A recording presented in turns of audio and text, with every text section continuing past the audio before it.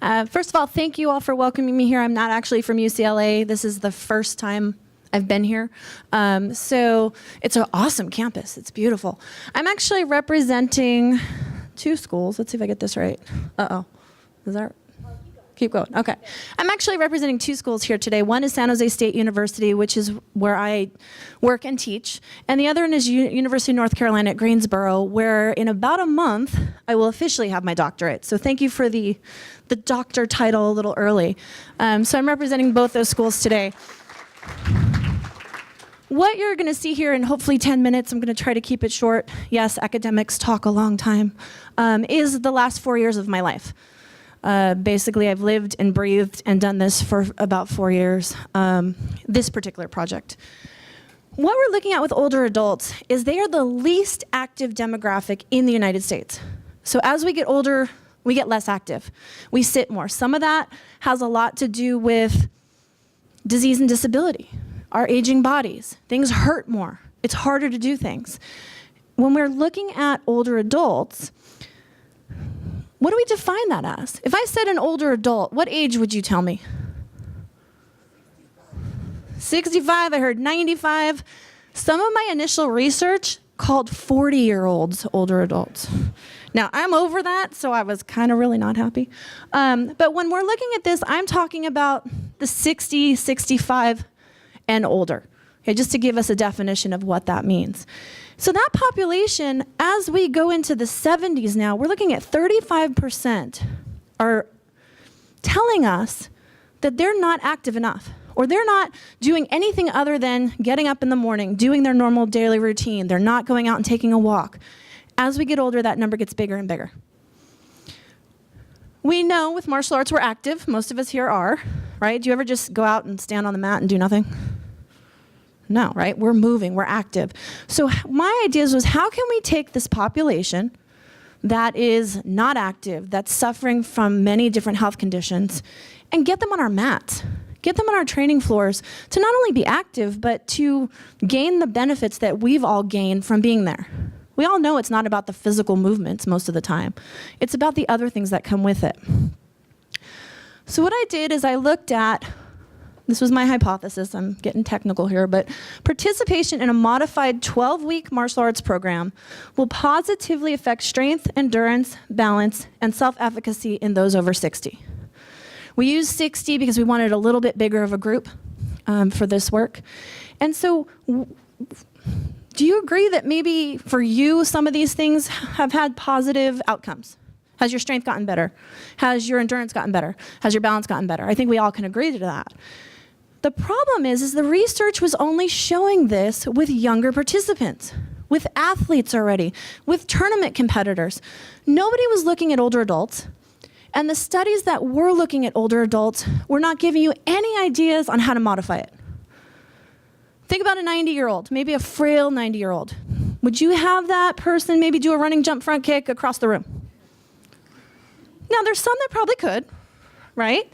But I don't think most of us would start there. So how are these programs modified? What do we do when we get that person on the floor? Or what do we do as we age? Right? I'm over that 40 part now. Things are starting to hurt, and I'm moving differently than I used to. How do I modify it? And how do I have the research to back this? And so what we did, hopefully, is we took, these are my group here, we had 18 subjects. Our youngest was 60. The oldest was 93 years old, okay? We put them through a 12-week modified program. Okay, so we didn't start with the running jump kicks. We started actually, the entire class started seated. And I'll show you some of those photos in a moment. The entire class started seated. We studied, we took pre and post tests. We did sit to stands, if you know what those are. We did 8 foot up and go to see where their balance is, to see where their agility is. We did an arm curl test. We also did a self-efficacy for exercise test. And basically all that was a bunch of questions that said, in the morning, if I wake up and I'm hurting, I'm less likely to go work out, or I feel confident that I can go work out. So we asked questions like that before the program began. We then ran them through 12 weeks. Again, we started in the chair. Some days we just literally were lifting our knees. And then we did a post-test of those same things. And what we found, I'll get to that in a moment, but that's my wonderful little group there. I love to show them off, because if it wasn't for these people, I wouldn't be here. They had enough confidence in me to let me teach them. But what we found was there's some definite modifications that needed to be made. And it was kind of trial and error, I'll be honest. With the first day was like, okay, I have 18 people. Some are in wheelchairs. Some have major health conditions. Some are falls risk just by standing in my classroom. Where do we go? What do we do? And so some of the bigger ones, and I feel like when I come to these environments where people are here at these conferences, I'm kind of preaching to the choir, because I think you're all open-minded enough to think about these things. It's amazing how many schools are not, and say, well, you can't take this, and this is just demonstrating a basic turn. If you can't go from here to here, how do you know what you're doing? You're not doing it right. Well, if you've ever tried to take a 93-year-old who has balance issues and ask them to go from here to here, they're either going to fall or they're going to look at you and say, no, I can't do this. So we've had to make some modifications. One of the real basic ones was literally to have them, this was their turn. We took it step by step, and then they were in that right direction. Is that wrong? No, it got them there. It just took a little extra steps. Some of the people who started here with the modification after 12 weeks actually went from here to here. That 93-year-old I keep talking about, she can go from here to here without a problem now, because we took those extra steps. So this research was about the modifications. And again, most of you are probably looking at this going, yeah, we can modify that. But how many of you would say if somebody came in, 95-year-old, let's put a theoretical person, 95 years old, multiple health conditions, and wants to train on your mat? What would you say?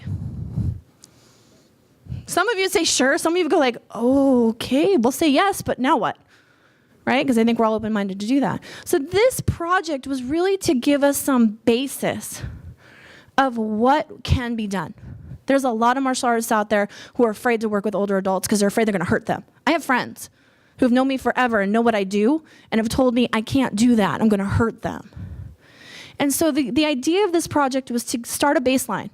Most of us in our arts, no matter what we're doing, have some form of kicks. We have some form of punches, blocks. They might not all be the same, but they all can be modified in very similar ways. And what this is showing here is a basic front kick for seated, is a knee. That could just be the start of your front kick for somebody. Maybe they can't. I have a lady right now I'm working with, she cannot extend her leg. She's got arthritis so bad that she cannot extend her leg. Do I tell her she can't train? No, we do knees instead. Maybe as she gets more flexible, we'll start doing the kicks. So our classes, we're doing knees with pads, things like side kicks. This is all based off Taekwondo, so that's where the terminology is. Using a wall or a chair. The gentleman down there, he's sitting in a chair doing the same motion. Now, is this something he's going to go on the mat and fight with? Probably not. Is he going to compete with this? Probably not. That's not why your seniors are out there.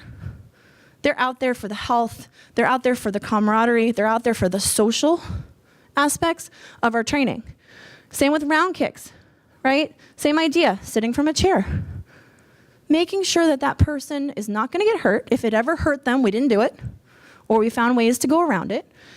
Same with, using a chair, using a wall, using a walker, using whatever works that is a safe environment for that person. And as I look out there, people are nodding. Again, I feel like I'm preaching to people who know this. These are the people that come to these seminars because they want to learn. But there's a lot of people out there who look at this and go, that's not martial arts. They can't ever be a black belt. They can't do a running jump side kick. They're done. No black belt for you. Or you're too old. I had a lady whose daughter was like, she's too old to do that. And she looked at her and she goes, excuse me? Right? That's not how it works. But you've also got that social conditioning. Earlier, our keynote speaker was talking about how we come into a situation with these preconceived notions. When you talk about older adults, I have a friend who's in the Army, and he was working on his own dissertation with me in my cohort. And the first day, he's like, you can't do that. You're going to hurt everybody. You're going to get sued. There's going to be a lawsuit, the whole 9 yards. And he was very adamant that, in his world, if you are not 18 and can do these certain things, then you're not going to be successful. And my goal with all of this is to try to change those minds and to show you some of the modifications that we did. Is this gonna go? Okay. Again, back kicks using the cane, using the wall. In certain cases, if they couldn't stand, we would just have them do a hand technique that mimics something similar. They were still participating, doing something with the class. They had that camaraderie, they had that feeling that we all have when we get a good workout in. They were just doing it either slower or just a little bit different. And so when we did this, and I won't get too much into data because I don't want to bore everybody. Those of you that want to know the data, just grab me, let me know. But everything showed improvement and showed significance except the self-efficacy. And that was where we asked them those questions about how strongly do you feel about exercise.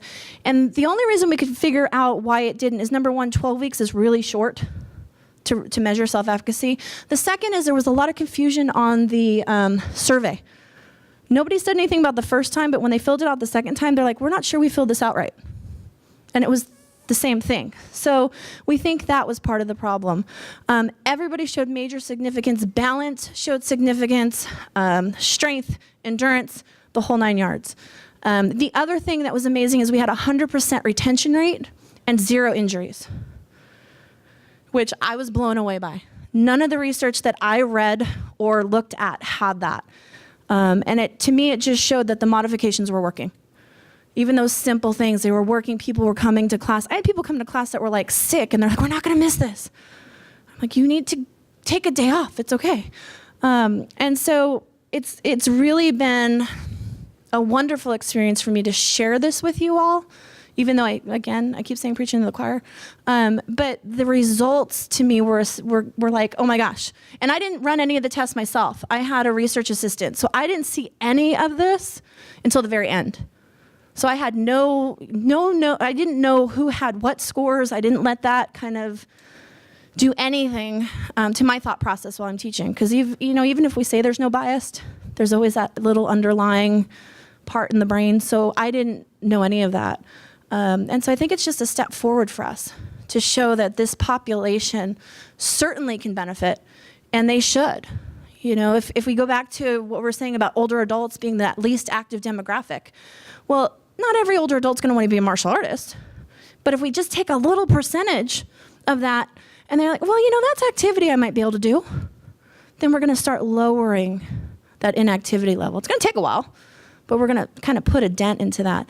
And for those of us that have schools or run programs, wouldn't it be great to have multi-generational classes and people in there, working with their kids, their sons, their daughters, the whole families. And so when we talk about, I think one of the things that I remember from reading about this symposium was lifelong health and wellness in martial arts. This is the lifelong part. This is the end of the spectrum, right? This is not the kids. Everybody wants to study kids a lot of times, which is great, but what happens on the other end? And this is what we've got. So thank you.